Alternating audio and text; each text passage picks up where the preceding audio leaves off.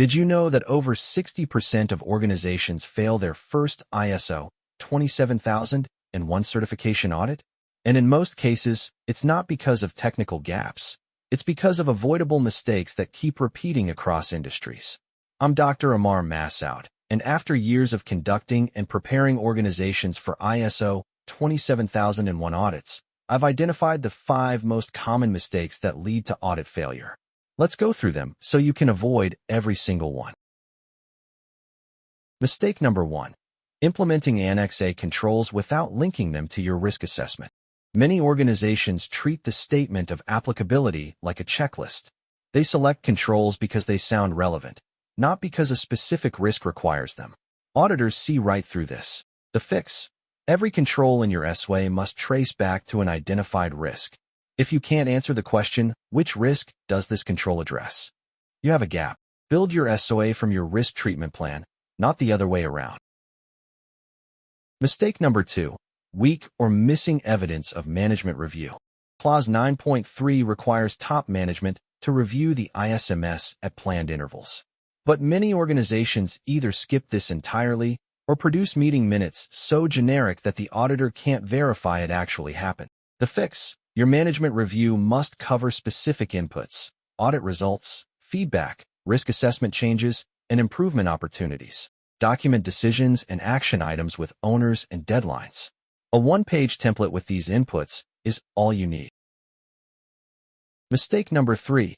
Conducting internal audits that don't add value. The most common internal audit mistake is auditing clause by clause instead of process by process. This produces findings like document X is missing revision number instead of meaningful insights about whether your controls actually work.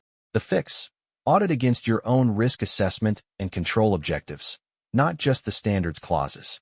Ask, is this control effective? Not, does this document exist? And make sure your internal auditors are independent from the areas they audit. Mistake number 4. No evidence of continual improvement.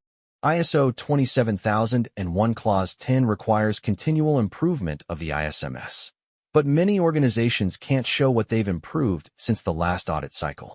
They fix nonconformities reactively, but have no proactive improvement process. The fix: maintain a simple improvement log. Track corrective actions from audits, lessons learned from incidents, and proactive improvements you've made. Even small changes count. Updating a policy, improving a training program, or automating a manual process.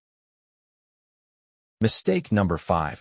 Treating security awareness as a checkbox exercise. Sending a once-a-year security awareness email and calling it done.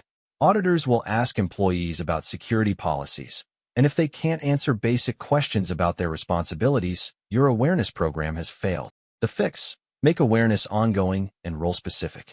IT staff need different training than HR. Run phishing simulations. Test knowledge retention. And most importantly, keep records of attendance, completion, and test results. Auditors love measurable evidence. Let's recap the 5 mistakes. No risk to control traceability, weak management reviews, superficial internal audits, no continual improvement evidence, and checkbox security awareness.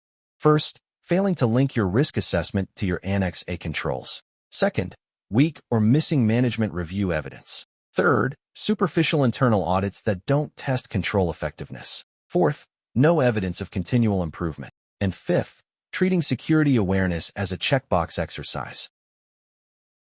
If you want to go deeper into each of these and get step-by-step templates to prepare for your ISO 27001 audit, check out my full course on Udemy. The link is in the description below. Thank you for watching. Good luck with your ISO 27001 audit preparation.